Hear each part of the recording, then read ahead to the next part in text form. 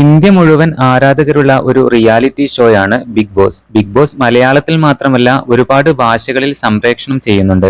Big boss Malayalam season 6 എന്ന് കേൾക്കുമ്പോൾ പ്രേക്ഷകരുടെ മനസ്സിൽ ഓടിയെത്തുന്ന രണ്ട് മത്സരാർത്ഥികളായിരിക്കും ഗബ്രിയും ജാസ്മിനും. ഒരുപാട് വിമർശനങ്ങൾ നേരിട്ട ഒരു സീസൺ ആയിരുന്നു ബിഗ് ബോസ് മലയാളം സീസൺ 6. ആങ്കറായ മോഹൻലാലിന് പോലും ഒരുപാട് വിമർശനങ്ങൾ നേരിടേണ്ടി വന്നിട്ടുണ്ട്. എന്തിനാണ് ഇത്രയും വലിയൊരു മഹാനടൻ ഇതുപോലെ ഒരു ഷോക്ക് ആങ്കറായി നിൽക്കുന്നത് എന്നൊക്കെ മോഹൻലാലിനോട് അന്ന് ചോദിച്ചിരുന്നു. തമിഴിൽ വർഷങ്ങളായിട്ട് ആങ്കറിംഗ് തുടരുന്നയാളാണ് കമലഹാസൻ. എന്നാൽ ഇപ്പോൾ ഞെട്ടിക്കുന്ന ഒരു തീരുമാനമെടുത്തിരിക്കുകയാണ് തമിഴ് ബിഗ് ബോസ് അവതാരകനായ കമലഹാസൻ.